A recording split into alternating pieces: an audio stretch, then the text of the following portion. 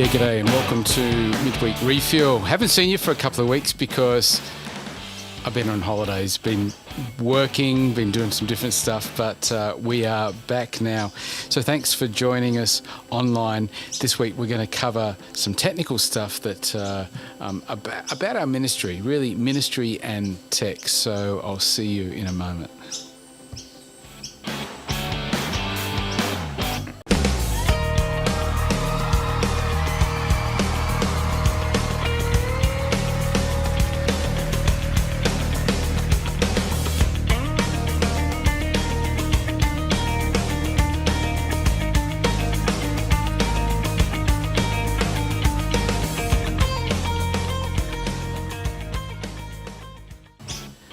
Okay, welcome back. James Blair. I'm the pastor of C3 Limitless Church. Just thank you for joining in. A couple of years ago, we were being slowly, very quickly, 2 years ago, COVID lockdowns were upon us and they were coming. And I can remember as a church leader and just having to get my head around this. And so it really did force a rethink. We knew that people wanted to gather. We knew that people needed somehow to get together. We knew that we wanted to hear them and they needed to hear some things, and people needed encouragement, and that the whole idea of community being taken away from us needed to be replaced with something else.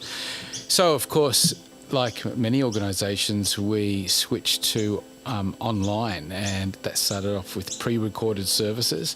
And then as we were able to do small groups, we got together a small group in a studio space that we'd hired with about $20,000 worth of equipment that our church had put together, and we began to run some live services. And they started off fairly simple, I've got to say, but progressively we got a little better. And so here we are on the hopefully on the other side of COVID forever.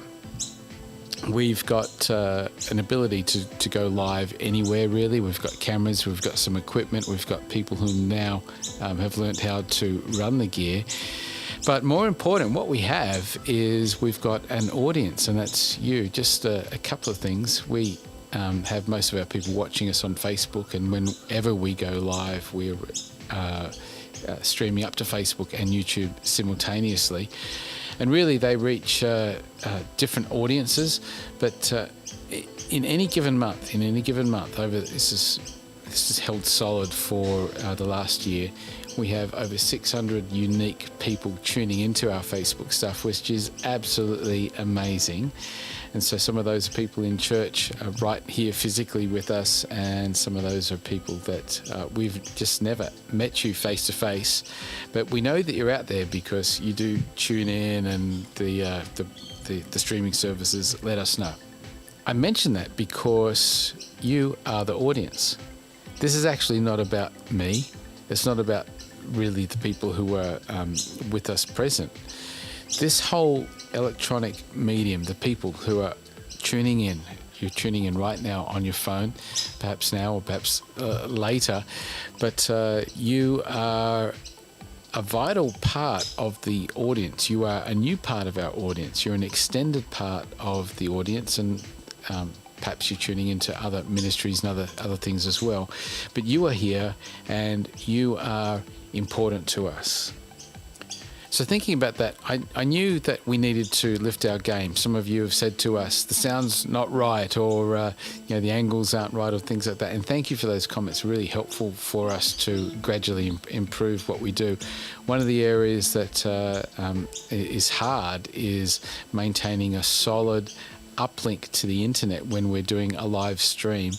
And I think I found an answer, okay? Just last week, I was in Sydney, and I went to a media and technical expo for broadcasters all around Australia. So several hundred people there, and I learnt a lot. In fact, I came back with 14 different ideas, improvements, things that I'd like to put in place for us. And the whole focus, all of those, are about delivering a better service for you. It's about a better broadcasting result from our church, from me, from this midweek refuel, for you to be able to enjoy. The conference covered cameras and had a look at some great new cameras there. We got some good stuff already, but some new gear was incredible. Some video switching gear, a really stable internet connection, and I'm looking forward to putting that in place. Some new video gear, streaming tech, and on it went. I also got lots of pro tips and help from people who've been in the industry for years, and I tapped into a community that knows how to do this stuff well, or they know their pieces of what it takes to put together a live broadcast, and so I'm leaning on their knowledge. One of the things I've started to do is put in place a standard operating procedure, and it really just covering how the tech works, how the cameras should be set up, how the lighting works. And because I realized in our church we've got volunteer people who are operating this, and their knowledge has grown incrementally. It's been fantastic. But if we're going to be doing this forever, and I believe we will be a hybrid church, online as well as in person, for forever going forward, then we've got to have the ability to deliver a high quality output, as good as we can do anyway. So we are investing for you, for this platform, and that's what last week was about.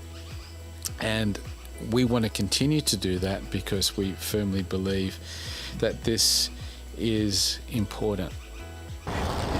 Do you know, on our Facebook and YouTube channels, that we have nearly 700 unique people who check out our stuff every single month? I mean, that's just phenomenal. And so here we are, relatively small church, having a reach beyond ourselves, which is what we always wanted to do. And so we've got to look after that. We've got to look after those people.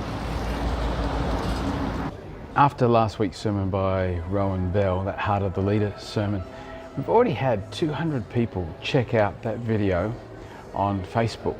So it's really important that we get this right. And that's why I'm here, because we recognize that an investment in online is actually an investment in our church.